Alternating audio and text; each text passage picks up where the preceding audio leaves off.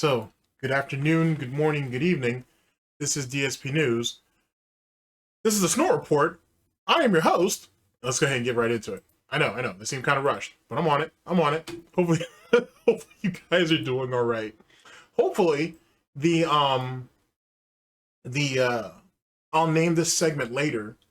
That this is actually supposed to be the companion of has already come out. Should have came out yesterday, theoretically. So some of this will flow together. Ironically enough, as I was recording that video, I actually have a whole nother concept that I'm going to do for another set of videos. Or for a whole nother report, I should say, that's going to be coming up. Based off of what was going on with this particular video, the comment section, how some of you responded to it. So you guys can look out for that for you guys who are like Street Fighter heads or just competitive heads, to be honest with you. But anybody's welcome to give their feedback. Anyway, hopefully y'all are doing well and whatnot. As you know, it's early, so SnortBucks is flowing.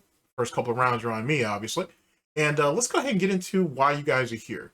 So, as you guys may have, for those of you who saw the video yesterday, DSP is running around with his very voluptuous Mai, which should have been his wife slash mom slash caretaker slash soulmate, but that's a whole nother story for another day.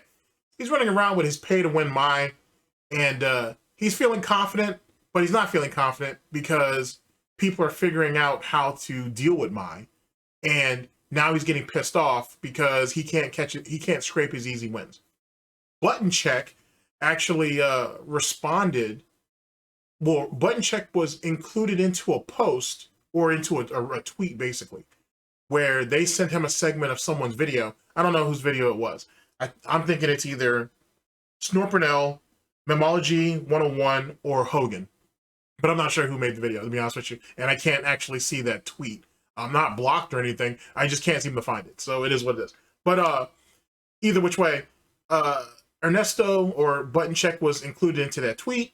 He decided to watch the clip, and he had something to say about it. So we're going to actually go over there to Button Check. We're going to see what, we're going to watch the clip with him. We're going to see what's what. And then in a future broadcast, we're going to actually go over the clip in its entirety. And I'm going to add an even older clip, which if you guys saw yesterday's video, then you know what I'm talking about. I'm going to add that in there too. And so we're going to go ahead and see, well, in that particular project, we're going to find out if DSP is the ultimate gatekeeper or is he misunderstood. I'm going to leave it at that. In any case, let's go ahead and cut to the nonsense. Let's go ahead and move to one of our favorite segments. One of our favorite segments. Ladies and gentlemen, oh, hold on a second before I start making any hard announcements here. All right, cool. Ladies and gentlemen, welcome. I should really grab that clip of him saying welcome home from the fucking GTA nonsense. I should really include that in this. Anyway, ladies and gentlemen, welcome to my TED Talk. So, as it pertains to Darkside Phil and the Button Check situation, really, to be honest with you, I want you to really take in what Ernesto says and how he looks and how he perceives what DSP says. Because you have to, it's easy for some asshole like myself or anybody else that's in the Gouty universe, that's in Goutopia, that's in the Vortex, to sit there and tell you that DSP has flawed thinking, he's a weirdo, he's out of touch, and he's out of character. But someone who is outside of that, but who is in the FGC, somewhere DSP desperately wants to get back into, getting his response, I think, is far more meaningful, hence the reason why I've added this in. Now, Ernesto has spoken about Darkside Phil over the years, as well as LTG. Actually, he had a pretty well-documented beef with LTG going back to that tragic situation they had in Florida all them years ago, that Madden tournament shooting.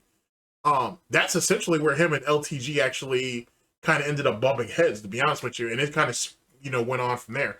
Of course, for those of you who know your history, that video in turn actually hurt Button Check for a while too. It actually set Button Check back for a bit. He had some pretty great growth at that time, and the sky's the limit, obviously. And he's still doing incredibly well, you know what I'm saying? But some people didn't react well to that video, mainly because the video was monetized. Now, he's a news channel. Basically, that's basically what Button Check is. It's a news channel, lapse in judgment, whatever your particular thoughts on or what it is. But that hindered him for a while. That hindered him for a bit, and LTG was actually behind that campaign. He was one of the loudest voices, I should say, within that campaign, because Ernesto had another video. He had mentioned something about LTG in before that, and LTG obviously took offense to it, and he just bided his time and waited for him to slip up. Anyway, that's a long story in itself. If you guys ever want me to go over that, I can, because that's a really old story and shit. And I don't know where those guys are at now, as it pertains to, are they on equal terms, or are they on, are they cool with each other or not? It doesn't really matter. But in any case, that's what really, sparked their beef. But anyway, but Button Check has spoken on DSP every once in a while. Usually when he's saying or doing something stupid on Twitter, which is for Button Check, even then he goes ahead and he dismisses a lot of that shit. So it's sparing. But because this is directly linked to the FGC, it had value, and I understand the value that was in it.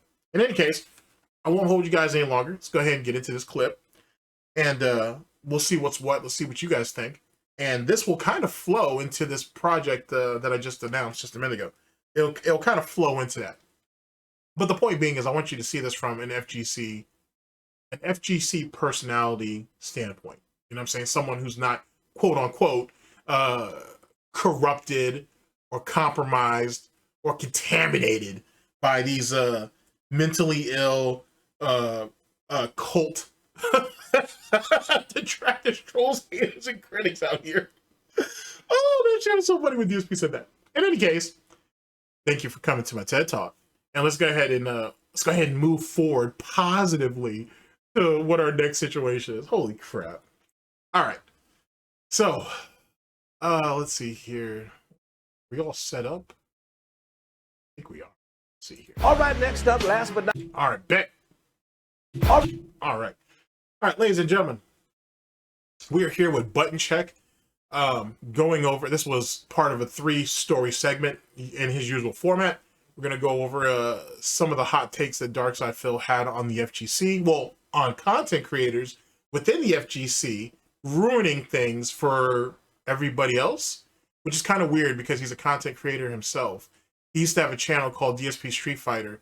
The very things that he says that is exploiting and taking away people's fun and enjoyment and discovery, he's part of that practice. If not, he was one of the spearheads who helped develop it into the way it is now. Semantics. In any case, we're here with Button Check. The link to the video will be down in the description. This is from February 9th of 2025, our current year of gout and failure. So that's a thing. Big ups to Button Check. Big ups to all y'all. I don't smell no bacon cooking. But let's go ahead and get right into it. And as you guys know, first couple rounds of SnortBucks is on me. Oh, yes. Oh, yes. So make sure you let me know what your flavor of choice is. And here we go. Right, next up, last but not least, since I'm pissed off that content creators is ruining the mystery behind fighting games in the meta. Buttons that need to be checked. That was a weird ass title, but it's gonna make sense, kinda. It might not, because it involves DSP. That's how DSP is looked at, because he has weird ass, awkward ass, like fucking sideways, like side eye takes. It's very hard to take him seriously. Now, I know. The whole situation here is, well, a broken clock is right twice a day, this, that, and the third, so on and so forth. I get that. We all get that. The reality is, though, that even if in practice he's right, the concept itself is usually fundamentally flawed. Hence the reason why it gets dismissed, right? Most of the time he's just outright wrong. You know what I'm saying? But in the few occasions, I'm not talking about this one, but in the few occasions that he may have even a point, it doesn't matter, because there's so much bloat and fluff and resentment and vitriol that accompanies it. It doesn't matter. It's really it's not just what you say, but it's how you say it. His reputation perceives him as it perceives a lot of people, myself included. And so he needs to be mindful when he says stuff. But because he's known to the FGC, if not to the internet at large, as coming from a place of vile, and just spews brainless nonsense. That will always be the majority. That'll always be the majority of what people think of him with anything he says. You know what I mean? So even if there is a diamond in the rough, it doesn't matter because it's already tainted with shit anyway, so who cares? It's the reality of it. Sometimes not even sometimes, your name is the most like important thing that you have, whether in IRL or online. It's important. You shouldn't let people trample on it. You shouldn't let people lie on you. You shouldn't be out here spewing dumb shit that you're not willing to stand behind and fight for. Because if you allow someone else to dictate how people perceive you, then that's just going to be, it opens up the doors for everything else. Hence the reason why detractors, trolls, haters, and critics exist in the first place. Something to think about. Here we go. All right, next up, last but not least, since I'm pissed off that content creators is ruining the mystery behind fighting games in the meta. Buttons that need to be checked. That was a weird ass title, but it's going to make sense, kinda. It might not, because it involves DSP. That's right. I want to thank Jersey or Joe Oaks 90 for tagging me in this story. Says, don't want to give DSP too much spotlight, but wanted to get your input on this. I'm sure Dirty Low, I wish I could include him in this one right now, but he is, I don't think he's here by the time I'm recording this, but we have a video. It's a small clip. He might make an interesting point. I haven't seen the whole thing. I haven't, all right? So we're going to watch it. We're going to get some opinion. Now, on day freaking 1 of anything new being in a fighting game, you've got hundreds of fucking try-hard creators who are running the gauntlet of testing, who are sitting there in the lab, who are recording and uploading and montaging. And here's how you beat this. Here's how you stop that. Here's how you do this. Here's how you beat that. And within like 2-3 days of anything new being in the game, you've already got how to beat the new character. But the character just came out. Like, so what? Keep in mind, ladies and gentlemen, basically what he's bitching about, and then again, this is why I'm saying it's gatekeeper status, because that's what it is, and it's scrub mentality, is he wants things to be discovered at his pace, not at anybody else's. The world don't stop for any of us. You know what I'm saying? Even with this this whole news thing that I like to do, right? I've been doing for all these years. I'm not going to be the first person to do breaking news. I'm not going to be the first one to get a scoop on anything. It's just something that you accept. It's something that's inherent to what I'm doing, to what anybody does, to be honest with you. The world don't stop or wait for nobody, especially as it pertains to the internet.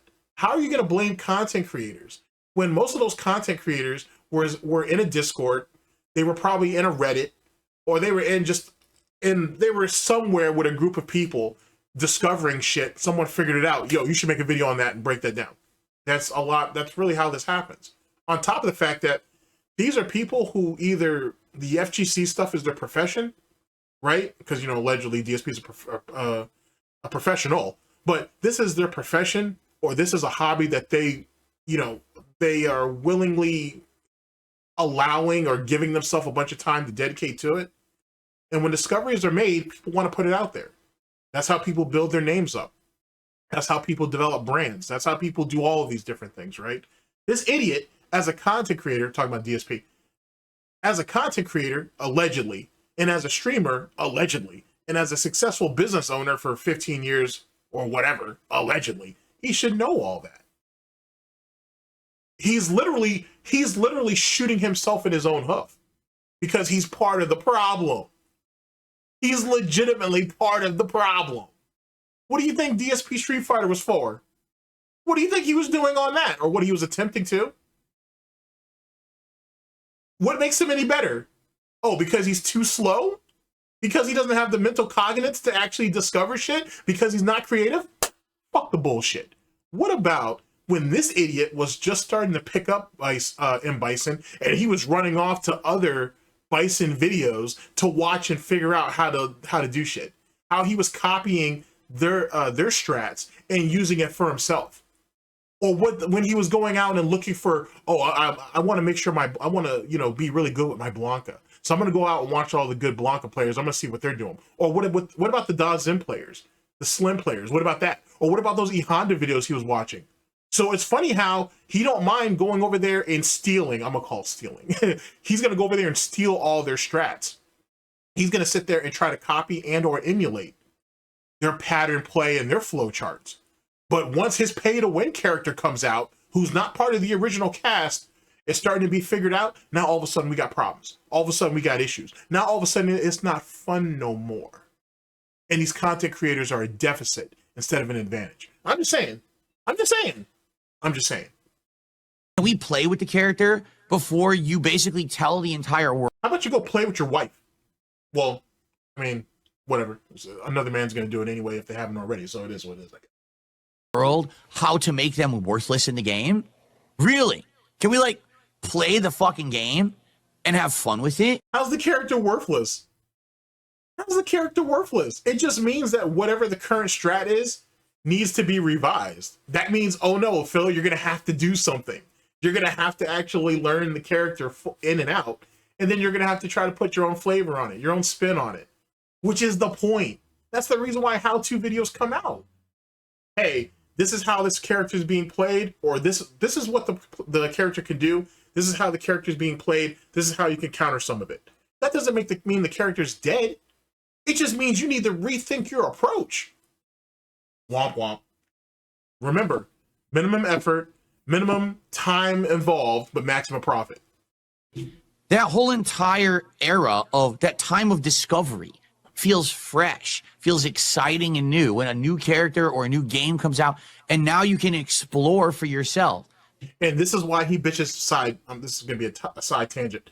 This is why he bitches and complains on him wage quitting, if not rage quitting, all of those games last year, 2024 or 2023, and more than likely this year too. All those new games are coming out. Everybody should be hype about it, but because all these influencers and all of these golden childs, all the chosen few get the game first and get to put all their content out first, it kills the market, allegedly, for people like him. The same people that he's been hyping up for weeks to try to tell us that they've wanted him to see it, they're looking forward to getting his take on it.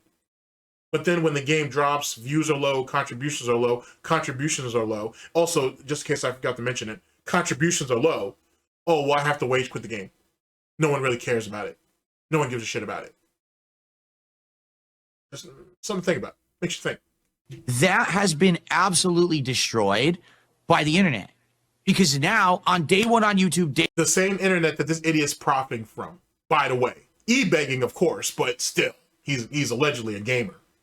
Day one on Twitch. Here it is. Here's everything you need to know. Put absolutely no time or effort into playing or learning for yourself. Just copy what we're sharing with you. Oh, by the way, like the video, buy my merch, and send me super chats and fucking memberships. Isn't that what he's doing? Doesn't he have a merch store? Doesn't he want people to give gifted subs, gifted memberships, super chats, tips? I'm really confused. I'm really confused how some mentally ill idiot is going to sit there and blame people for a thing that he does himself. Like he's somehow outside of that or excluded in some way. How is he exempt from that? Okay.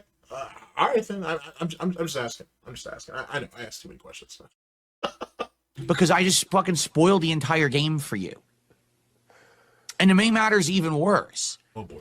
Back in the day, even when tech was shared with the internet, okay, the entry level skill check was that the games actually had execution required.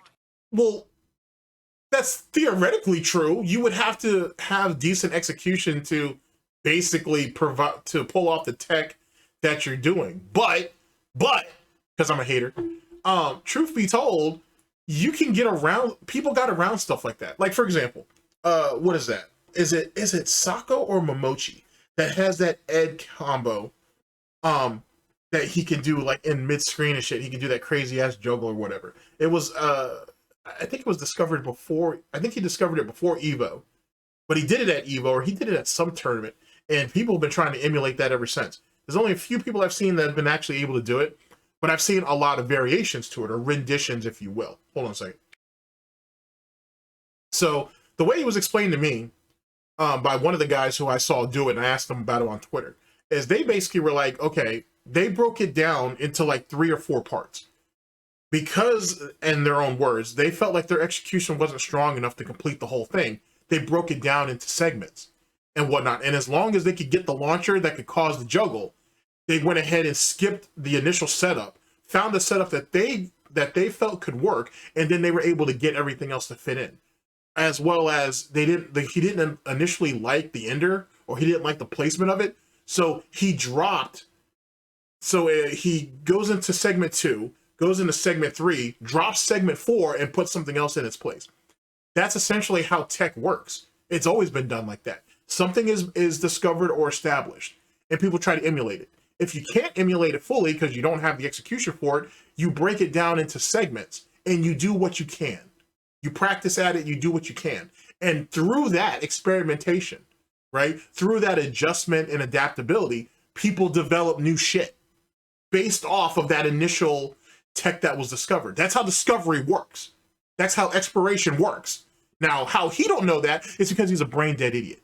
It's because everything needs to work out of the box. Everything needs to be, in the same cookie cutter type, has to be segmented, I should say, in a pre-cut, pre-made cookie cutter type way.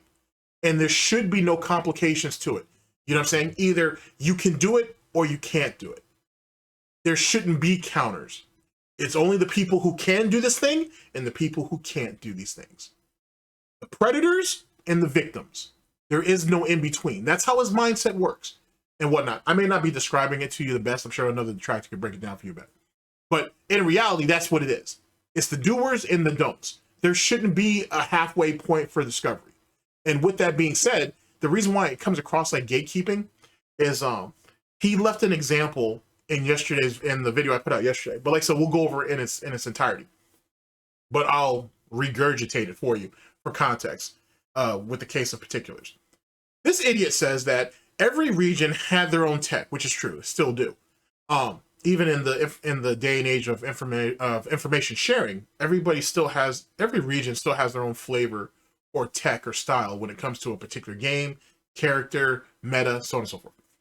In any case, back in his day, he's saying that because everybody has their own regions or whatever, or fiefdoms as it pertains to information, and because the flow of information wasn't as widespread and wasn't as easy as it was, you had to go to tournaments to show out, to show what you're bringing to the table that other people haven't seen before, and also going into your majors and then Evo and so on and so forth. Basically, what he's trying to say is the people who have tech, they go to those tournaments, they display that tech, and they're the ones that should be elevated. For everybody else, oh well, it is what it is. You get to see something new, you get to see something cool, wow, and then you try to go back home and emulate it. But that right there is what he's promoting. What he's trying to elevate is a control of the flow of the information, of the tech, of, whatever. He's wanting that to be regulated and controlled. That's what he's trying to say. And then he wants to force people to go to tournaments so they can see the display of that. Well, there's a problem with that, because back in his day, a lot of that stuff was videotaped. And that's how some of that shit was actually basically disseminated or distributed, to be honest with you. It was a slow process. Then when people started to actually use YouTube, they figured out a way to upload it there. Still, slow process. Then when people started streaming, people like Spooky, for example, then that's when a lot of that stuff really started to get around. Because what if you couldn't go to every major? What if you're barely showing up to your weekly tournaments? What if you're not going to any of your local tournaments? What if you can't go to majors? What if you're not able to go to Evo that year? You see what I'm saying? That's what he wants. He wants it to go back to this Arcadian type of time period where the flow of information is tightly controlled depending on people and their basically availability and whatnot to go out there and travel for it. The days of the journeyman and trying to go out there and look for and try to get that type of information is gone now. You can see a tournament in multiple different ways on multiple different platforms. It's as easy as it's ever been. That's what he's mad about. He's mad at the fact that there's so much access to all these information, to all this tech, to all these different players or whatnot. Because shit, there are players you can reach out to online or in Discord and they'll break down shit for you. Like, you know what I'm saying? Like, it's super easy. Like, especially if you're in some of these guys' discords, for example, they'll literally screen share with you and literally break down how they do the move like super fast, because all of them have an arcade stick somewhere. You know what I mean? They can easily jump into training mode and show you this stuff. Anyway, that's what it comes down to. That's legitimately gatekeeping. That's legitimately gatekeeping. Now, back in his day, it wasn't necessarily gatekeeping because it was all on whether you could make it from point A to point B. Now, there is no point A and point B. Everything is blown wide open. And that's what he's mad about. That's a changing of the times, ladies and gentlemen. That's not some exploitation of the system or whatnot. Times have changed. And yet again, going back to our previous point, people still hoard tech. You know what I'm saying? I'm not going to sit there and name no names or drop no discourse or nothing, but there are players out there that are developing shit, that are deep in the lab developing shit, trying to figure shit out, and are discovering some really amazing stuff. So, trust me, people are sitting on shit. I'll give one person as an example because he doesn't mind. Filipino Champ. If you're not watching him or you're not watching his YouTube and Twitch streams, I think he streams dual streams. He's an example of someone who's figuring shit out. Actually, I can name somebody else. Chris G is another one who's constantly trying to discover shit, constantly looking for new shit, and constantly trying to teach people it. Smug's another one. So there's three people, three well-known names who are constantly in lab rats, trying to break shit down, trying to figure shit out. Trust me, this is how the world works. Because the more information you can put out there, the more people who know, understand, and execute the tech, the better it is for everybody to be able to build off of that. Everything is looked at as a foundation to build upwards. But see, if you're a piece of shit who doesn't have nothing and can't hold on to what little you have, you're resentful and spiteful of those people. That's gatekeeping. That's scrub mentality. You want to sit there and rat away all whatever little bit you have and hope that no one will ever be able to figure it out, or won't figure it out, or don't figure it out as so quickly to where you can exploit it a little bit to build your name up or try to get your brand out there, and then you feel like you're part of the conversation. That's what that comes down to. But we'll speak on that at a later time. Let's continue. All right. Even if you knew the top tier stuff to do in any fighting game, you would have to sit there and practice endlessly in order to get good. And since the games weren't at home, you had to pay to go to the arcade, you had to wait in line, so you basically had to put in the time, effort, and money. Which people do now. You have to own the game. Well, no, you have to own the console or platform of your choice, right? You have to pay for the game, right? Training mode is as in-depth as it's ever been, right? They did that. The whole concept of training mode was to help people who are playing the game get into the deep end of it, as deep as it could go, even beyond surface level. This idiot's a surface level person. Darkside Phil is surface level. He's sitting here complaining about the meta, and he don't even understand what the meta is. And he doesn't understand that, like any meta, you can build from it. He don't understand that because he's a surface level bottom bitch. So, he's just going to lay on his back like a good bitch and just take whatever comes out. That's what he does. That's what he does. That's what happens when you have no creativity, right? That's what happens when you can't look ahead. That's what happens when you have nothing to contribute to anything and you're only out for yourself. He's not trying to help the FGC. He's not trying to help video game development himself. This is all for himself. This is all completely and utterly self-serving. And he knows it. And he knows it. But he tries to go ahead and spin it and be like, oh, no, I'm trying to speak for everybody. No, you're trying to speak for scrubs. Some of those same scrubs that are basically cast aside on Twitter and Reddit because they're scrubs. Because they're too lazy to actually go into the lab and actually learn something. They want to take the easiest tactic possible and run with it and hope that it takes them to EVO or Capcom Cup. That's what he's trying to appeal to. But his name is so tainted that even though he's spewing their thought process, he may completely and utterly be in line with what they think. They'll never come out and support him because his foolishness is a reflection of what they already think. Now you got some of those people rethinking what they were initially preaching and being like, damn, maybe we do sound stupid. Damn, maybe we really should actually put more effort into the game instead of looking for outside fucking influences to blame for our own shortcomings. You may think I'm overthinking this, but I'm actually not. Well, a little bit, but I'm actually not. That's the foolishness of Phil Burnell. I'm telling you, it's a mirror.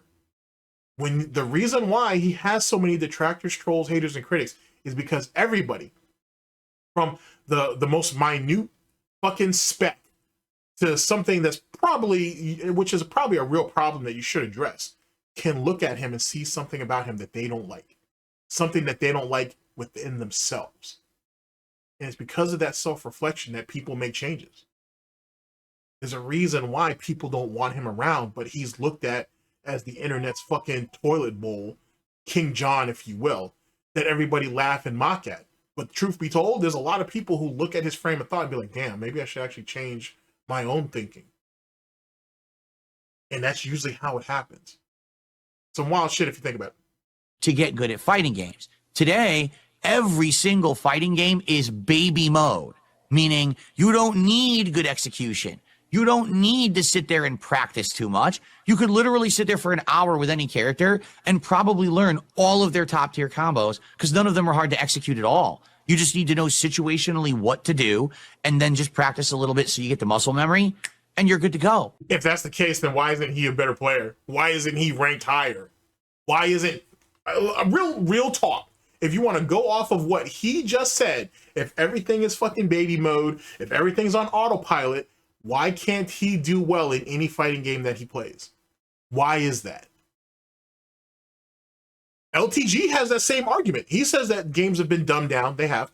But he says that execution has been dumbed down and everything, and this shit's all fucking sweet. Why can't he get shit done? Why can't Artican, is it Artican 6, I think his name is? The other one, the off-brand LTG. Why the fuck is he fucking getting beasted and shit in damn near everything he plays? I mean, yeah, he wins some matches every once in a while, but overall, he ain't that great. He complains about games have easy execution and shit either. Why isn't he doing no better? If it was really as dumb fuck easy as he says it is, then why isn't everybody competing on a fucking tournament level then? I'm asking. He's the one who's sitting there saying, oh, it doesn't matter about creativity. It doesn't matter about intelligence. Hey, can you memorize a certain amount of things? Yeah, can you memorize all the top strats? If you can memorize all those things, then you should be able to execute them because everything's dumb fuck easy. If everything's dumb fuck easy, well then that's why the game doesn't have any real depth to it because everything's already been watered down. If that's the case, then why can't he do any better than what he's doing? Why is it that he had to jump from 3 different platforms and yet we still got the same results? I'm asking. Because if everything is super easy and he can't execute, because there are compilations out there of him crying, complaining about moves being dropped, he didn't want to do this, that, and the third, whatever. But if the bar is already so low and he can't rise above that bar, what does that say about him? I'll wait. Why do you think it is that when you actually play fighting games now and you're playing the meta, I mean, oh, I'm playing against a Cammy. Every fucking Cammy plays exactly the same. Cammy gave him PTSD. I'm putting that shit on Dark Phil and fucking Pop, Piece of Peace. I'm blaming both of them for that shit. Man, giving this man PTSD and shit. Got all that British pound cake running around here and he's scared of it. He gotta hide and shit. For shame. For shame. Matter of fact, oh shit, this is kind of crazy. So he's so prejudiced. No. Let's take that back. He's so scared of the British pound cake that he had to sit there and run to the Japanese pound cheesecake. It's delicious if you've never had that. But he has to run over to that. Something and a group of people that he's actually prejudiced against. He has to run over there to get wins and try to defend himself. That's wild. That's wild. If you think about it. Because this dude hates Japanese people. He hates Asian people altogether. But he hates the Japanese. He's always hated them. He hates them because of how smart they are, how hard they work, all the advantages they have. He despises the Japanese. But like I said, he despises Asians as a whole. In any case, he has to run to that for easy wins. But yet he still has the PTSD from the British pound cake, so he don't even fight against her anymore. He just picks up and leaves the first chance he gets. That's wild. That's so crazy when you think about that. Fun stuff, fun stuff. Same, because they all watch the same videos, they all practice the same tech. Remember, the same videos that he was watching for his characters of choice, picking up the same tech in the same way as they were too. Keep that in mind. He's not excluded from any of that. They all know the same meta, and they all play at exactly the same level. So if you know That's not true. But then again, him saying that they play at the exact same level and them playing the exact same way are two separate things. But he's going to sit there and muddy the waters, though, to make his point. that throw loops are dominant in Street Fighter 6, guess what? Every camera you fight will be doing the same throw loop, and you'll be doing the same guessing game, the Then learn how to break throws, bitch. Learn how to break throws. same gambling chance that you break out of the throw loop or not. And what happens is the game becomes incredibly repetitive and boring. It's just the same thing every single time you play. Well, I mean, that should be right up your alley, to be honest with you, because you're incredibly repetitive and boring. So, I mean, that should be your stock and trade. It literally is, now that I think about it. Womp womp. Play it because everyone's copied each other. It was never like that back in the day. And that's not even true, too. And I'll give you another example. Two people that I've already given an example of. If you've seen Dark Dave Mirrors, Raw Phil. If you've seen Raw Phil's Cammy and you've seen Piece of Pieces Cammy, they're not the same. They do have similar aspects, but they're not the same. It's very clear that both of them are very different on their approaches and whatnot. It's very, very clear, to be honest. Like especially when you see those guys play at their best, you can tell the difference between the two of them, to be honest. They both have, both of their respected strengths are very distinct, and you can tell the difference. You know what I'm saying? So this isn't me putting one guy over the other. I think they're both really good. But you can tell the difference between the two. They don't play the same. There are similar aspects to their game, sure, but they're not the same. I want to emphasize with all of you, it was incredibly fun the entire first few months to year of any new fighting game being out because it felt fresh. That's not true. He didn't play Tekken for the full year. He didn't play, what was that? Blaze Blue for the first year. He doesn't play really any game for the full year except for Street Fighter, to be honest. That's a bald-faced lie. That's a bald-faced lie. The fuck are you talking about? He got beasted in Tekken literally after a few days. I think he may have played it for a few months, if even that long, before he dropped it. New. Everywhere you go, you'd play something different you'd never seen before. It would just be so much fun. In this case, and then imagine that this idiot wants to sit there and reminisce about a time where you went out to other places, you met other people, and it was so much fun. Now this idiot doesn't even leave his house anymore. Once a week. Now I'm starting to think he may only leave his house once every 2 weeks. I think everything is DoorDash to them now. Food, like groceries, food, everything. I don't think they barely leave for anything, except for going to Curls and Twirls or whatever the fuck that place is where they get their hair done. Other than that, and doctor's appointments, which I'm sure there's a lot of them. Other than that, they don't even go nowhere. So how did you go from this outgoing type of person to now you're just a fucking, not even a homebody, you're just a hermit. You're an absolute fucking shut-in. He actually, realistically speaking, I should ask like Steve or somebody about this shit, but he exhibits actually some of the symptoms of cabin fever, to be honest. If you really, really look at it, he exhibits some of the symptoms of it. That's like a really, really, really like large red flag on like where his mental state is. Makes you think. And then if the house is so fucked up and broken and dilapidated the way it is, and he sees that shit every day and he's not doing anything to fix it, it makes you wonder. Because most of the things that they did were either vanities or they were vanities, to be honest with you, except for maybe the washing machine, the washer and dryer. That would have been a necessity, obviously. But other than that, most of that shit, like the shutout curtains, the ceiling fans, like, did you really need those? I mean, granted, you should have did those things years ago, maybe. Did you really need them? Or maybe fixing the floor in the kitchen that's supposedly splintering up. Maybe that's a priority. Maybe finally getting a plumber to come in there and fix the bathroom or the toilet in one of your bathrooms. Maybe that's the priority. Or maybe that fucking shower in the other bathroom that supposedly the pipes are protruding through the walls. maybe that's a priority. Maybe we should fix that. But going ahead and updating his little studio, which is really making the same amount of money that he was making before it, maybe that, maybe that wasn't really so meaningful, right? You have a space air conditioner. You could have just used that and used it on a low setting throughout the year, if the case may be, or get yourself like an actual fan or something. Like, you know what I mean? Like, if you really look at how he spends his money and what he spends his money on, it's frivolous spending for the sake of it. You know what I'm saying? It's really like vanity type stuff. If he's really looking at getting his home refinanced, he needs to come up with that. He needs to get deep into these dense fucking Velcro wallets and shit. And he needs to start collecting all of their disability and social security checks if he's going to fix the Snort Ford up to get it refinanced. And he's not going to do it.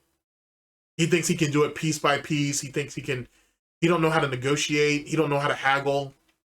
So it's just becoming deeper and deeper, right? Like the black hole is just becoming further and further immersed, and he's never going to really ever get out of it because of the poor decision making that he's doing. The concept of spending money to make money makes sense. Don't be wrong, and we all have to do that. That's not what Darkside Phil is doing. When he spends money, he does it for his own vanity. It's all self-serving. And then he gets frustrated or upset when he says, hey, I've changed, look at all this, and no one cares. Something to think about. The games are destroyed within weeks. Why was playing with Mai Shiranui so fun yesterday? Because he was getting wins and he was able to take advantage of players who don't have enough player knowledge or character knowledge. Keep that in mind. Because everyone was experimenting. No one really knew what they were doing, right? And by sounds like a predator to me. Playing that first day, it felt fun and fresh and interesting. So it felt fun, fresh, and interesting to take advantage of people who didn't know what was actually going on. I want you to hear that again. It's not like he was in the lab discovering shit on a test dummy who was on auto block, by the way. That's how you're supposed to do it. And actually trying to figure shit out. No. Let me go through the tutorial. Oh yeah, I got it. It's easy. This is all brain dead easy shit now. And let me go online into casual, by the way. Let me go into casual and take advantage of a bunch of people. We didn't go to rank. He didn't have that. It's funny how he don't have that type of energy. Like he's saying here about the competitiveness of it. He don't have that type of energy for rank. He'll go ahead and hide in casual all day. But he don't have that type of energy in rank. Makes you think. Experimenting. No one really knew what they were doing, right? And by playing that first day, it felt fun and fresh. Now, let me bring that back. Wow, it sounds even worse the second time around. Holy shit. Holy shit, that shit sounds worse the second time around. Be so much fun. In this case, the games are destroyed within weeks. Why was playing with Mai Shiranui so fun yesterday? Because everyone was experimenting. No one really knew what they were doing, right? And by playing that first day, it felt fun and fresh and interesting. So ignorance is bliss, basically. You could try mix-ups. You could try setups. It was great. Within 1 week, everyone will already know everything that Mai Shiranui can do because all these idiots are going to fucking post it all over the internet and explain in heavy detail, here's how I analyzed it all, and here's exposing everything to the world. But again, because there's no actual execution required to play these games anymore, you're making it so any fucking mouth-drooling idiot can now play the game at a meta level because you're exposing the meta for profits. But if the gameplay is already brain dead stupid, then what does that really matter? And then he wants to go. So let's break this down. The game is brain dead easy because you don't need execution. The information is discovered within days and whatnot, and is inseminated in such a way so quickly that people can pick it up and run with it because of point number 1 or point A. So that's why point B is bad. And then point C is bad. And then point C is, I should say, everybody's doing it for profit. So a game with poor execution, a community that are willing to find all the ins and outs of a particular character and put it online for other people to know. So everybody has an equal chance or equal footing. Womp womp, anti-gatekeeping. And then point 3, people are doing it for profit. If I'm somehow messing it up, please let me know. Ladies and gentlemen, please let me know. Speaking of which, next round of SnortBucks is coming up, so make sure you put your flavor in. So that's the problem. So let's go ahead and look at it from let's look at it from a DSP standpoint. DSP has bad execution. We all know this because he's constantly bitching and complaining about dropping shit. DSP never discovers or figures out anything. He's completely and utterly reliant on other people to come up with tech, to come up with patterns, to come up with strats, to come up with flowchart stuff that's easy for him to execute so he can be good with a character. Point C on the dark side filter. You know what? I really should just pull up. Damn it! I could have just pulled all of this up and on my blackboard, and I could have literally just drawn all this out. Fucking A. See, well, you live and you learn. And then point C. I usually do that for streams, but I mean, there's no reason why I can't do it here. Notation note. If I decide to start getting heavy into that, we could literally just pause the recording and I could break all that down. That would probably be, that's something for the future, but it sounds cool though. Actually, now that I think about it, I really kind of like that idea. And then point C, DSP does all this for profit. Now, granted, the majority of DSP's profit margin and whatnot, or his ability of raising capital comes from begging, but it's not like he doesn't put his shit out for profit either. So is he not part of the problem? Something to think about. And really, I need to think about that blackboard / whiteboard thing. That might be a fun little concept. So there we go. There we go. Because you're exposing the meta for profits. How y'all feeling about that? For one, let me say, as a content creator, as a heavily biased individual, I think that's just bullshit, especially because he's part of the problem. If I was willing to look outside of myself and my own bias and bullshit, I would still say this is how the world works. Like in the story, how is it that everybody else is able to deal with it for the most part, and you're still bitching and complaining about it? You know what I'm saying? Which would force me to look closer, to give him a much closer look to find out and understand what his frame of thought is, meaning DSP. If you do that, it's basically the horseshoe type situation where I'm just going to come right back to my point if I was biased. It's because of what I know about him is how I come to my conclusions. So if I didn't know or understand him well enough, if I took the time to do so, I would still come back to the same point, either which way. This is the way the world works. This is the way the market works as it pertains to content creation and streaming. The funny thing is, or the irony is, he's part of the problem because he's one of the people who helped spearhead this bullshit. You went ahead and you played games as quickly as possible, put out spoilers, or put out the ending for people and jump to the next game so people could see it. Remember, he was the same guy who used to go to midnight releases at GameStop, grab the game, try to grind that shit out all fucking night so he can have the whole playthrough up and then jump to the next game before people ever had a chance to really sit there and play and enjoy the game themselves, unless they just turned the goddamn computer off and played the game themselves. Did we forget that's an option? You don't have to watch every video that's out there. But see, he can't say that. DSP makes it sound like everything that's out there is just up in your face and you can't ignore it. Like when movie reviews come out or fucking the finale of a show or some shit. Man, if you want to watch it, just stay the fuck off Twitter or stay off social media in general. And then wait to watch it. If you can't do that, then that's on you, bro. You know what I'm saying? Like, just take the hit and move the fuck on with it. It is what it is. No one's forcing you to watch the shit. You know what I mean? Whatever. going on 8 years, there's no profits. Oh yeah, you gotta get this, you gotta peep this. There's no profit in the FGC if you're strictly trying to play the game. You have to go to tournaments, you have to get into content creation, you have to stream, you have to get sponsorships, endorsements. There's a lot that goes into making money. What Ernesto is saying is it's not as brain dead easy as Dark Side Phil makes it sound. And he's right, it's not. There's a lot that goes in it. Don't get it twisted. There's money in that shit. There's money in any community. Look at Marvel Rivals, right? Look at all those people who are Fortnite heads or whatever. They ran their ass to Marvel Rivals. You know what's going on in Fortnite right now? All those guys who were like mid, low tier and low tier, those cats are stepping up now. Those guys are getting a chance to shine while everybody else ran to Marvel Rivals. Marvel Rivals, if they play their cards right, they're going to have a game that's going to be able to last a number of years if they do right by it. Because the Marvel IP or expanded universe is ridiculous, especially if and I'm not trying to give nobody no ideas. If you start getting into like the multiverse shit, like you start getting into the different Earths and whatever of such and such, Earth's, 616, Earth, this one, this, 34 something, yada, yada, yada. You start breaking all that shit down. Sorry, I'm not trying to expose how much of a comic nerd I am, but I'm just saying, you start getting to those expanded universes and shit, then it gets even crazier. You know what I'm saying? But let's be easy on that.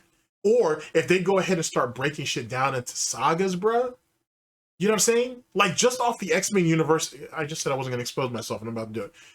Like, if you just look at X-Men, right? You go into X-Men, X-Force, Excalibur, X-Factor, right? And then you get into the meta of all those different characters, because there's so many variations of those people, or those characters that have basically fluctuated between those different groups and shit, right? Dude, if they break it down to, what fucking name, man? I was just talking to my, I was talking to one of my older siblings about this shit the other day. There's a comic book convention we're gonna be going to soon. What if they go back to like to the older X-Men, right? So I guess that would be like in the 90s, I suppose. It's a bit out of my time, but you get it. But what if they go back into like the early 90s and shit? So you had like X-Men, you had Blue Team, you had Gold Team, you have that shit. You start getting to those variations, to those costumes and shit. You know what I'm saying? If you start getting into like the different sagas, right? Like for Spider-Man and Venom, you start getting into separation anxiety and shit. Would we see Carnage? Would we see the other symbiotes and shit or whatnot? You know what I'm saying? Or would we ever get to see the Acolytes when Magneto had his whole little fucking asteroid type shit going on, and eventually he had his own fucking island?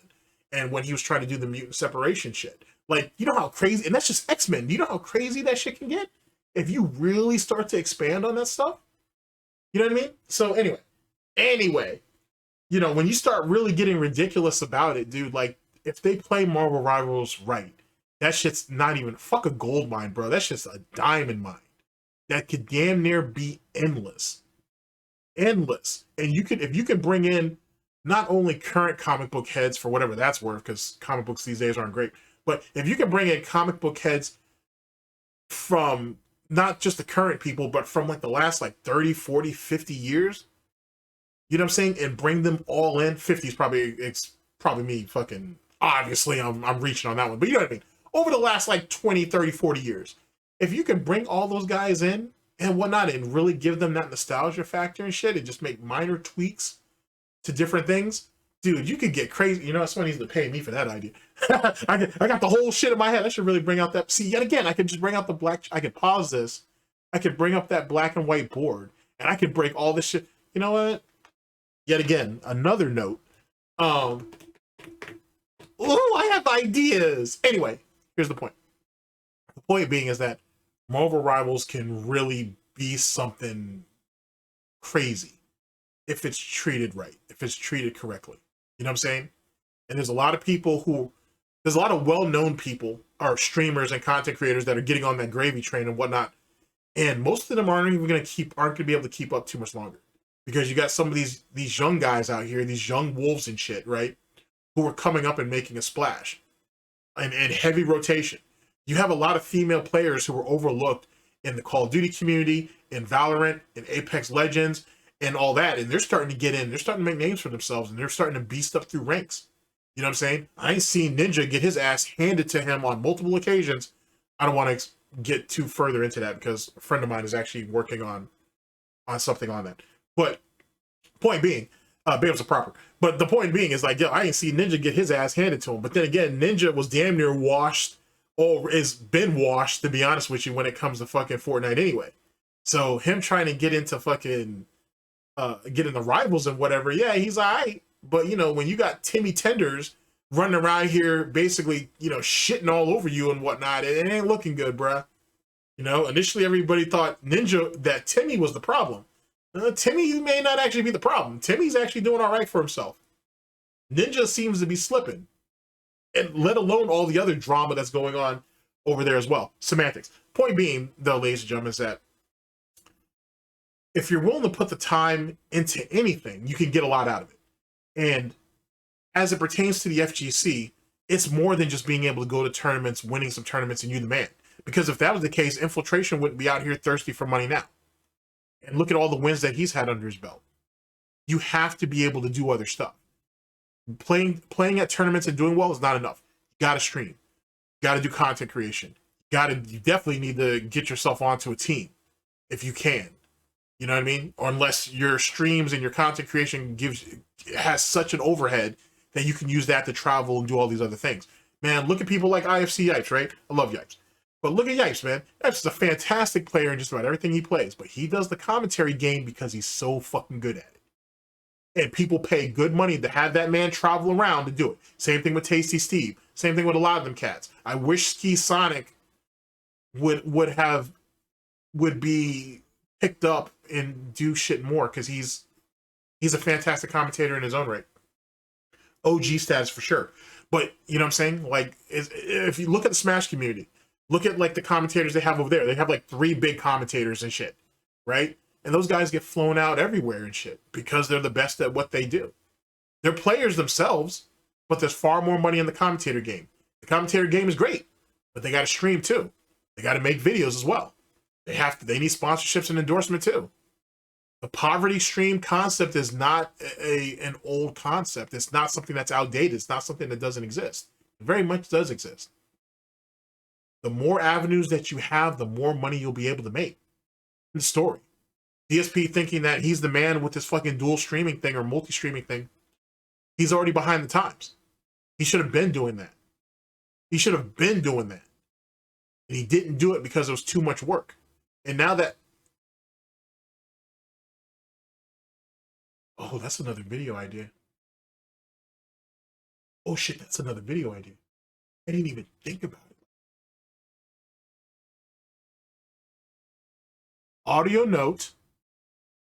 You probably should edit this out, but you're probably not going to, because I really don't want you to. Let me cook. So, DSP is dual streaming right now, right? He's on Kick and he's multi-streaming, whatever you want to call it. He's streaming on Kick and he's streaming on YouTube currently, right? Yeah? Yeah. Okay. The King's Tax, or whatever the fuck you want to call it. The beggar's fucking bag, or beggar's barrel, is basically $150 a stream. Realistically, ladies and gentlemen, it's not $150 a stream. It's $300 a stream. And then if they can double up the goal, it's really $600 a stream. You're probably thinking, what the fuck? Hear me out. It's not $150 a stream anymore. If you think about it, since the beginning of the year, it hasn't been $150 a stream. It's been $300 a stream. $150 from Kick and $150 from YouTube, and he's just putting it all together. Because if DSP could go ahead and be like Kick support and Twitch support on different scrolling lines, he would, but he won't. It's easier just to combine everything together because he's desperate. But if you think about it that way, realistically, it's only $150 per stream per platform. He's really fishing for $300 a stream. And if they could double up, it's really $600 a stream. Now, continue to let me cook. Please let me cook. If you really think about it, he's been pushing for these DSP tries a lot lately, right? If he could hit $300 or if he could hit $150 per respected stream, or $300 as the stream total, that's what you need. What, for every 10 stream goals hit, they get a DSP tries it. If he could do it in the way or in the format that I'm thinking he's trying to do it, he's trying to condition them to do it. That's literally a DSP tries it every like 3 days. Let's see. Yeah, 300. Yeah, because if it's 150. So yeah, that'd be 2 goals per stream. Yeah. Yeah, it would. No, it'd be 2 goals per stream. That would be 4 per day. So then, yeah, damn it, yet again, this is why we need a board. That would be, actually, I'll put that in the OBS after I'm done with this. All right, now I'm somewhat committed. So that's 400. Yeah, that would literally be 4 goals a day if they were able to hit it. So yeah, that's literally a DSP tries it every 2.5 days. Or that's basically 2 DSP tries a week. Guaranteed. Or every 5 days, if you will. That's why initially when he was trying, oh my God, it's a fucking meta in a meta. All right. Initially, remember how he was saying that, hey, we're so close to the 100 goal. We need to really hit it. We need to really hit it. You guys need to help me hit this goal. Hey, we don't have to hit just 1 goal per stream. We can hit 2. Hell, we can hit 3. We can hit 4. That's when he started to formulate the idea. And now, after the whole situation with the refrigerator and freezer nonsense, he's still saying, oh, well, Catherine doesn't feel like cooking, so we're just going to order out. Why would you do that when you got a bunch of food in the freezer? As well as the refrigerator's completely stocked. All right, let me stop there. But you guys get my point, though. The goal isn't 150 per stream. It's really 300 per stream because he's streaming on 2 different platforms. 150 per platform.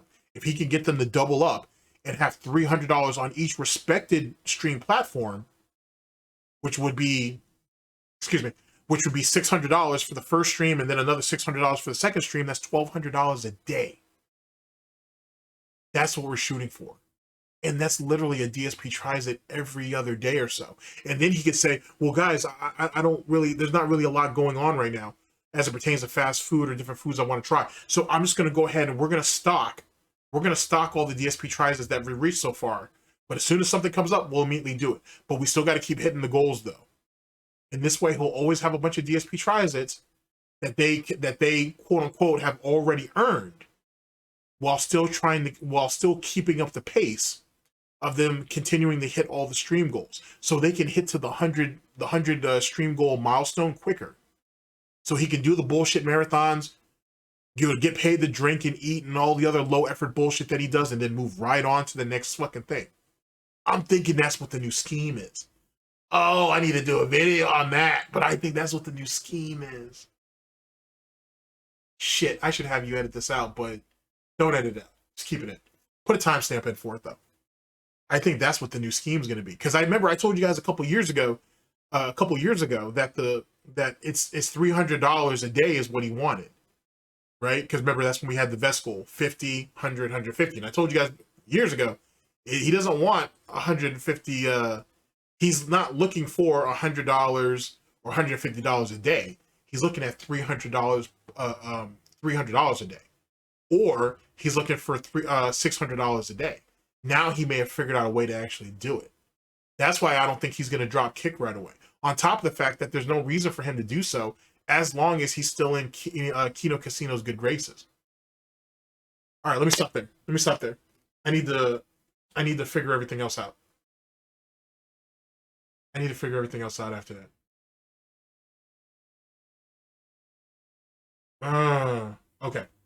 Okay, that'll be a future broadcast, though. For sure.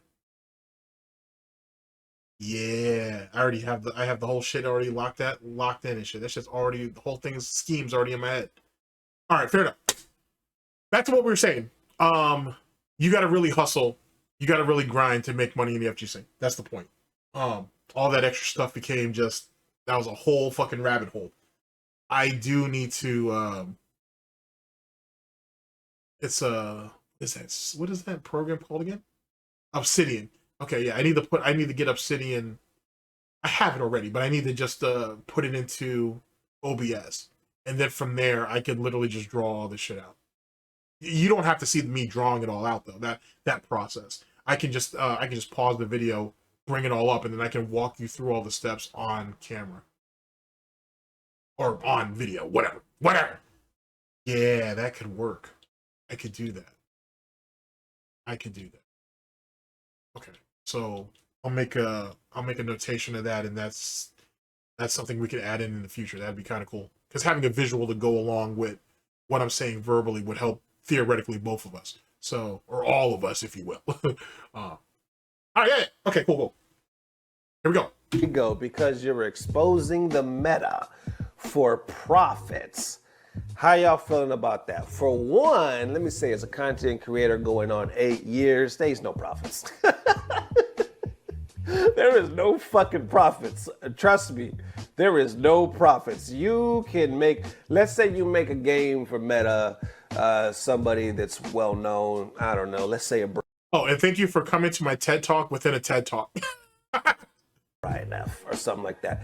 It's just that one video, because they're not going to make a whole series. Rufamonger's good at doing that, right? He'll like do a breakdown and whatnot. Who else? Yeah, Rufamonger, that's the guy I was speaking on a couple of these broadcasts ago. A couple actual Snort reports ago, because he got his channel hacked, unfortunately. He got it back, but apparently they jumped back into it again. But he's the one though who he knows who DSP is. And so he's taking some shots at him on Twitter, rightfully so. And he when he hit 200,000 subs, I think it was, he went ahead and had himself a pretty funny tweet at DSP's expense about it. He's a funny guy, to be honest with you. But yeah, he's still fighting things off with his channel though. It's a real sad situation, but hopefully he gets out of it. Hopefully he can get everything back to working on track. Because I think he said a couple of videos got deleted too. Hopefully he can get those back. So big ups to Rufamonger, and hopefully everything works out for him. Sorry, there's a whole bunch that don't really come to mind, but the chances of you like really, oh, this is going to pay my rent this month on this one series, not so much. That's not how that shit works. YouTube is a fucking beast, right? And the FGC is very small in the scheme of things. These fucking profits people talk about every now and then, they're imaginary. No, I'm not saying you can't make some, because definitely there's big names in the community overall. Overall, with the years they put into it, their Twitch, if I could talk, their Twitch streams, their contracts, if they're signed, they're sponsored, numerous sponsors, then okay, they're pulling in something, right? But not just off this one concept that I'm making a combo video. But I will say, like, to play devil's advocate, right? I do think there is a way, because I've seen it every now and then, people will say, oh, if you do it a certain way, you will spoil it. There's a way to do it whereas if you leaked it, you did it too soon. People are real big on that, right? If you do it before Capcom releases certain shit, they feel like they were robbed of a certain experience, though. They will get pissed at content creators. Now, it doesn't really happen too often. Yeah, but that's not even really what we're talking about, though. I get what he's talking about. I get what Ernesto's here sitting here saying, but that's not really what we're talking about. What DSP is basically saying is that tech is discovered when a character, days after a character is dropped, and it's screwing up his opportunities, because he's not really talking about the community as a whole. You know what I'm saying? He's speaking on some scrub shit. And even then, I can't even say it's scrub shit per se, because I think it's disrespectful to scrubs to say that, because most scrubs don't think this way, believe it or not. But anyway, we're not actually speaking about like spoilers or like, early access stuff that's found. And I understand where Button Check or Ernesto's like thought process is, because a lot of these guys get a chance to play early builds and they discover a bunch of shit, and then they release it before like that build's even like before that build even comes out or whatever. DSP's not thinking that deep, but this is Ernesto trying to cover his bases, and I respect that. But DSP's not even thinking about it like that, because DSP is not a deep thinker. DSP is crying and complaining about people when a character drops on Monday, they're figured out by Wednesday. That's what he's bitching and complaining about. You know what I mean? That's really what the fundamental problem is. DSP is trying to muddy the waters, which is the reason why Button Check has to explain things the way he's explaining it. I respect that. Well, I respect Ernesto and what he's trying to do. But it's really bullshit manipulation. It's really pig noses. It's DSP trying to muddy the waters so much that you have to explain everything from every angle. If not, he'll be like, gotcha, bitch. And that's just not how that's going to play. But you have seen it throughout the years. And even with that, though, it's not so much meta. It's more so just revealing who's in the character, the upcoming announcements, surprise shit like that. As far as, though, overall, the attitude of, man, y'all are robbing us by exposing the meta, because mine just dropped, and now day 2 and week 1, y'all done put everything out there. So now everybody plays the same, does the same thing, because y'all done ruined it. Isn't that the point? Like, because when a character drops, the first thing, like anybody FGC, they're looking at the notes, right? They're looking at, okay, what's plus, what's minus, what can I do? The people. Yeah, but DSP is not going to do that. He's too lazy, and he doesn't understand what he's reading. That's the reason why he doesn't go over frame data and stuff like that. People that are really into it, and the casuals don't really look at that shit, but they're just gonna play. And more so what the casuals are gonna do, instead of reading all that scientific shit, they're gonna look at videos. Which is what DSP is a casual, which I'm really glad I'm really glad Ernesto put that out there because he's right. DSP is he's not calling DSP a casual because there's no need for him to do so. If you could read between the lines, you understand what he's saying. But that's exactly what DSP is. He's just another casual, bitching and complaining because he thinks he's on his poppet and he thinks on his soapbox. And he thinks he has a voice and some type of influence and sway, and he really don't. You're just another casual, bro. You're just another casual. And there's nothing wrong with being a casual. There's nothing wrong with that at all. I'm a casual. I don't play fucking Street Fighter every day. Play far too much Call of Duty and other shit, to be honest. But I'm not a casual. I mean, I'm definitely a casual, I should say. I'm not a pro player or whatnot. So it is what it is. And that's really how DSP is being looked at. He's looked at from a casual / scrub type mentality. Most casuals don't complain. You know what I'm saying? You have all these tools out there. You should be using them. If you're not using them, you're only hurting yourself. You're only hindering yourself. You have nobody else to blame but yourself. Because they want to learn. And yeah, you could say, oh, it's easy, it's brain dead. You don't really need that if you're using Mario controls and yada yada, but you're still going to look at videos to see what they can do. And then usually what people do is try to put their own spice on it. I remember back in the video game days, we would have to we would have to ride our bikes to a certain arcade or fucking gas station because that's where they have a cabinet for Street Fighter 2, and we would play, and we would literally have to ask a kid we've never seen before, how did you do that? Show me how'd you do that. And I'll be damned if a lot of these sons of bitches wouldn't show you because they didn't want you to know. They would hide the tech and keep the tech as much as they could. And it was but the way that they would cock block in the game was ridiculous. But there's a reason for that. Okay, so one of my older siblings can actually back up on this. Actually, most of them can. Because you had the arcade, right? Then you had laundromats. You had restaurants or pizza places and shit. You had gas stations. You had all these different places, okay? You had all these different places that had arcade machines, right? Or arcade cabinets. Usually with a bunch of different games from what I've been told. And if you have a laundromat that's around the way and shit that has, Street Fighter 2 Turbo or Championship Edition, that's where you're gonna go. Because that's where the game is played. That's where your friends are gonna go. Is there an arcade across town? Maybe. You know what I'm saying? Probably, but you're not gonna go across town, you can just go right there. You know what I'm saying? Or at your pizza place of choice and shit. You know what I'm saying? Bam. There's an arcade cabinet in there for whatever game. Okay, I'm gonna go there. You know what I'm saying? There is a Mexican spot. They make fantastic. God, they make delicious fucking food. It's like right around the way from me and shit.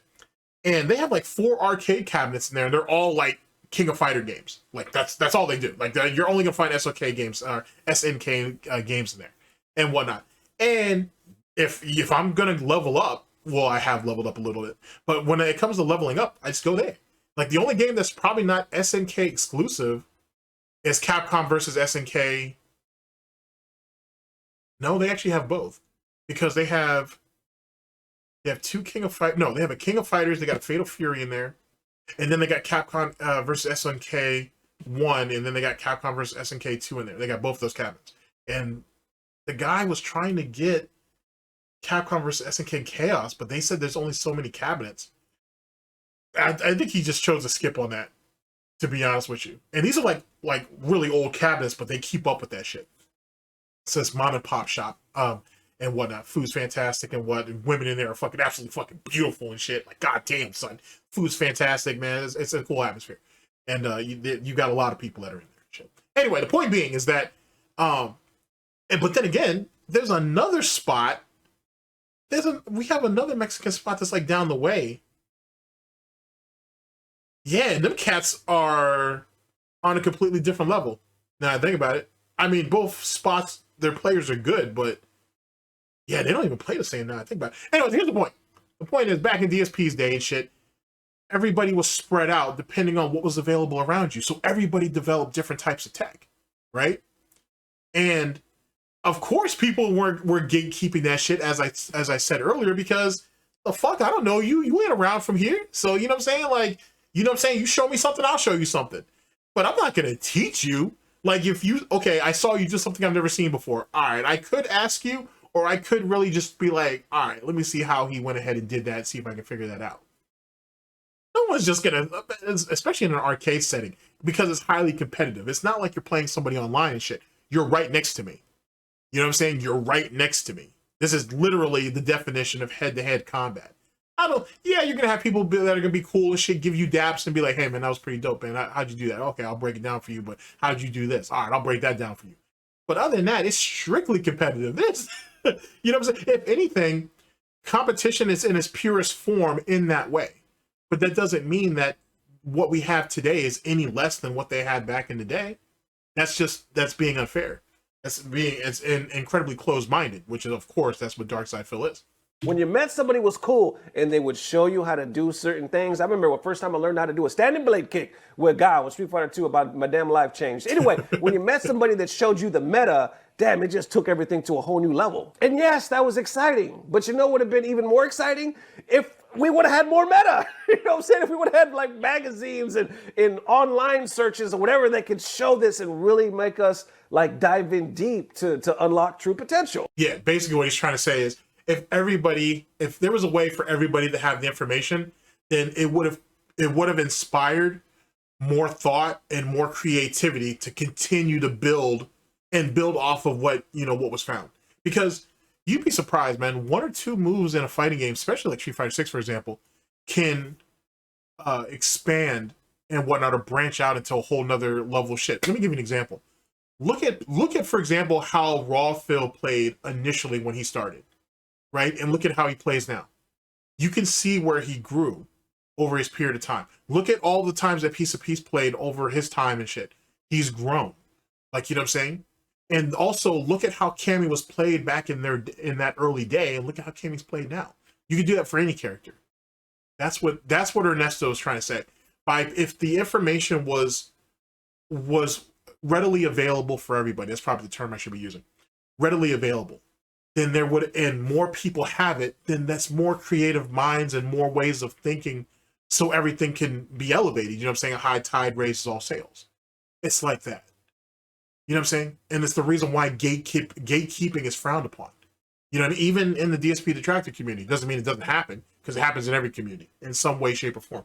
But that's one of the reasons why gatekeeping is frowned upon. Because if you have gatekeeping and you have this separation between two, like if talent beats out talent, then that just is what that is. You know what I'm saying? You can't do anything about that. That's just a natural thing.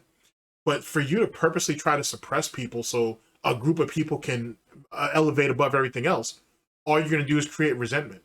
And out of that resentment, you're just going to have people that are going to be willing to blur the lines on what is quote unquote moral, ethical, or whatever the fuck. What's entertaining and what's just being spiteful, basically. Once again, I know it's DSP. Yep. I already know how a lot of people are going to react. Hell, look at these comments right here. People are like, the problem with modern games is that people are learning the game. Yeah, basically. And then, wasn't he watching tech videos to beat other players? Giant hypocrite. Yep. He wants to gatekeep new people. Oh shit, big ups to Torchlight. I think I know who that is. Big ups. From improving so he can forever feed his ego. Really shows the type of person he was back in the day. Can only win when people don't know better. Can't hold his own against people in the same knowledge. Yep. But it's saying that, like I said, I see how people are going to look at it, but this is probably the most I can give him in the argument. He says nowadays everybody plays the same and there's no uniqueness to it. I've seen people say that. I have seen a lot. Yeah, we've all seen people say that, but I can't say that everybody plays the same. They may have similar aspects, right? Or they may approach certain situations in a similar sort of way, but that doesn't mean they play exactly the same. You know what I'm saying? Like, you know what I mean? Like, think of it like in chess, for example, right? Dude, chess is literally about memorization and how you use what you know against somebody else. Does everybody do all grandmasters, are they opening game, mid game, and end game the exact same? No. But if you don't know no better, then that's what you would just assume. If you're a scrub who don't understand shit, or if you're a noob who doesn't understand shit, that's how you would think. But if you're someone deeply entrenched into the game, it is what it is. So yet again, there's nothing wrong with being a casual. But if you're going to a tournament and you see what you perceive, a bunch of people playing the exact same way, and you don't understand why they're doing it, you don't understand the situation, and you don't understand what their end game is, then you're just going to automatically assume everybody's copying everybody else. There's something deeper to that. And this is what I was saying earlier on about surface level bullshit. you got to get past that. And DSP is just a surface level person, because thinking any deeper scares him, because that means he's going to have to exert himself. He's going to have to work harder. He's going to have to think smarter, things that he just don't do in his everyday life. That's the reason why he's the piece of shit hermit that he is. There's nothing that's going to change that. So even when guys in the FGC say that shit, I definitely hear them out, because you need perspective. At the same time, some of these guys are literally just copy and pasting the same type of scrub-ass nonsense, to be honest with you. If everybody's playing the exact same, then figure out what it is that you're having a problem with within their playstyle. You know what I'm saying? Survive, adapt, overcome. If you can't live by those motives, then why are you even doing it then? A lot of people, even pros, say that with Street Fighter V and Street Fighter 6. They're like, there's no, you can't look at a character without seeing a name and tell who's playing it, because it looks like a lot of people play the character exactly the same way, as opposed to like Street Fighter 4, when you could just see a character, certain movements and how they play it, you go like, oh, that's PR Balrog, or oh, that. Yeah, he's not actually. I will agree with him on that one with the Street Fighter 4 shit, because like Minion, for example, he's the one that's beefing with Arturo because Arturo ain't scammed him out of like $3,500 or whatever that shit is. Now they had to go to, he had to take Arturo to court to get that shit resolved. Minion's fucking Bison, or not Bison, his guile is very distinct compared to other people. Like, especially if you go back and look at when he had that run, because Minion had a fucking fantastic run for a good amount of time when he was playing Street Fighter 4. His guile is very, very distinct compared to others and shit. He has a very, like, but that's like that for a lot of people. Like, back in those days, people used to say, oh, who was it? Who was the big Rufus's players back in those days? Justin, Ricky Ortiz. They were probably the two biggest Rufus players on the East Coast, but there's a lot of people that played Rufus or had a pocket one. And those two don't play Rufus the same either. Like, you could distinctly tell the difference between Ricky's Rufus and fucking Justin Wong's Rufus. And those guys trained together. So, well, one's transitioned, but whatever. Back in that day, those two guys trained together. So there's that. Yeah, like I would say, yeah. Now that Ernesto has put that out there, yeah, I would say for sure that Street Fighter 4 was far more creatively and individually inviting, or they were pro individuality and creativity compared to what came later. Maybe something to think about. If I could write it all out, then maybe that would be a thing. I'll hold on to that. Maybe that would make an interesting topic video. Yeah, maybe that might make an interesting topic video. That might be interesting. Huh. All right, something to think about. But yeah, I agree with Ernesto on that part. That's Momochi, because everybody seemed like there was uniqueness. I don't know if that's really what he's getting at, though, because it seems like he's talking more about meta and not the actual state of the game. The biggest complaints he's having is like the games are too easy, they're all brain dead, and if you release meta too soon, everybody consumes it and they end up playing the same way. So anyway, well, then that means he would have gotten beaten if we're gonna go off that thought process, he's gonna get beaten in the long run anyway. Either way, he's destined to lose if you look at it from that standpoint. If the game is too easy and the execution is brain dead easy, who gives a shit about what the meta is going to be? Because he's going to lose in the long run anyway. Because he's clearly not dominating, and if he's complaining the way he's complaining, that means he's barely treading water. It sounds like a losing effort coming from a fucking loser. So, which is on brand for DSP. So that makes sense. Like I said, there it is for now. How y'all feeling about that argument? Is the release of meta too quickly and content creators ruining the state of excitement for fighting games? No. Let me know. And there it is, ladies and gents. Definitely let me know how you're feeling. Thank you guys for the amazing love. We will see you soon. If not today, I'm not. Yeah, I like that closing beat. That's just kind of fire. today. If not tomorrow, definitely the next day. And big up for Dude Live for sponsoring this video. Honestly, y'all, that gaming chair is legit. And it's super in budget because not only is it like 160 something, but you also get the 20% off on top of that. So link down below, check it out. Love y'all, see you soon. I don't know what it is, but I know it's about to get better. Boy, are you shilling to me? Oh, that's not good because you know DSP don't like a shill. So if DSP sees this, and I'm sure he's already seen it, and if he tries to kiss Ernesto's ass over this shit, even though Ernesto ain't sat there trying to sell me some shit, he ain't trying to shill us on some shit. Oh boy, oh boy, oh boy. I'm just joking. Big ups to Ernesto from Button Check. The link to that video will be down in the description. It's the third part of that story. Just watch the video and whatnot. I may have someone just link it with a timestamp directly to this part if you guys really want. But truth be told, just watch the video. Watch the whole video. It's a good video. Oh boy. And apparently Sonic Fox and fucking Perfect Legend are beefing again over that fucking 13-0 from 10 years ago or whatever the fuck that was. I may go ahead and see what's popping with that, and I may lay down my opinion in one of these broadcasts as I'm talking about shitting on DSP. In any case, ladies and gentlemen, there you go. Like I said, big ups to Button Check and whatnot. Should be a good amount of. I need to make sure those things are timestamped. And like to whoever it is that's editing this video for me, please make sure you timestamp that thing. I need that there. For sure.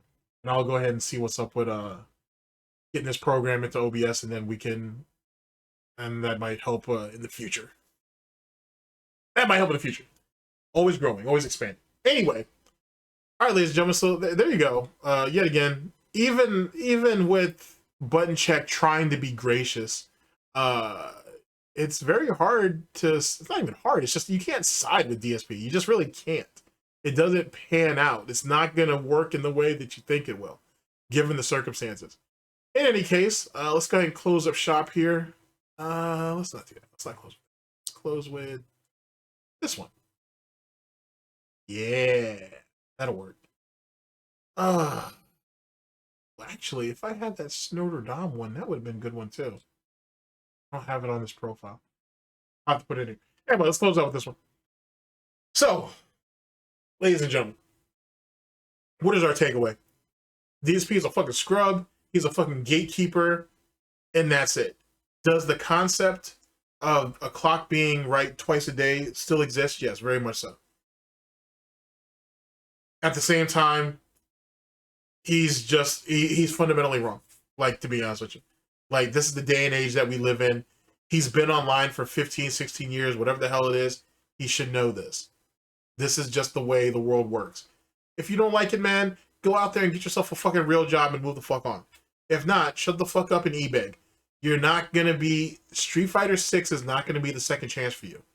It's just not. You're going to have to stick with it and grind it, and you don't want to do that because as time goes on, the gap of skill and talent is growing more and more and more, and he can't keep up.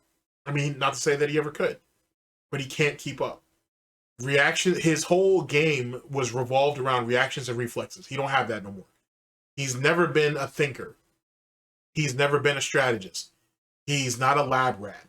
All of the aspects that only certain people had in the FGC at one time or another, you're seeing it branch out further and further and further. Kind of like if you guys follow Hunter x Hunter. Yet again, me showing how much of a nerd I am. But anyway, I'm a fan, so it is what it is. Don't judge me. Don't judge me. If you look at Hunter x Hunter and you look at the Nin chart and you know how it's broken down into 6 parts, if I believe correctly. Well, now, like as of last year, they broke it down into these subsets in between different Nin types. And that's how they're going to expand upon it. And that's how you're going to really see characters show a lot more growth. Same concept as it pertains to the FGC. That there was a time, yet again, this is where if I had my whiteboard or blackboard, it would work out. There was a time where you had players that had a certain type of set of skills. Either you had great reflexes, you had great reactions, you were very good at reading patterns and whatnot. You were heavy in your flow charts. You were a heavy pattern player, but you could adjust on the fly. So on and so forth, right? You could just read people really well. So on and so forth. You're really good at frame data and frame knowledge and shit like that. Now, back in his day, it was something that was only the top players had a few of those things. They had 2 of those things or 3 of those things. Now you're getting to the point where the average player has doesn't have all of it, but they have 2 or 3 standard. You know what I'm saying? And because of that, you're finding more and more people that can step into fighting games and make a name for themselves. Back when Street Fighter V was just starting off, and some of the first tournaments were going on, and these guys are winning or placing high, he's like, who the fuck are these people? I've never heard of them, right? Because Street Fighter 4 opened up the door, right? And a lot of people made a name for themselves, but a lot of the OGs came back and started playing it, and they kind of built upon that. Street Fighter V was when the new generation really came up and grew. A lot of guys were trying to make a name for themselves, and they were able to do it. Street Fighter 6 is just a continuation of that.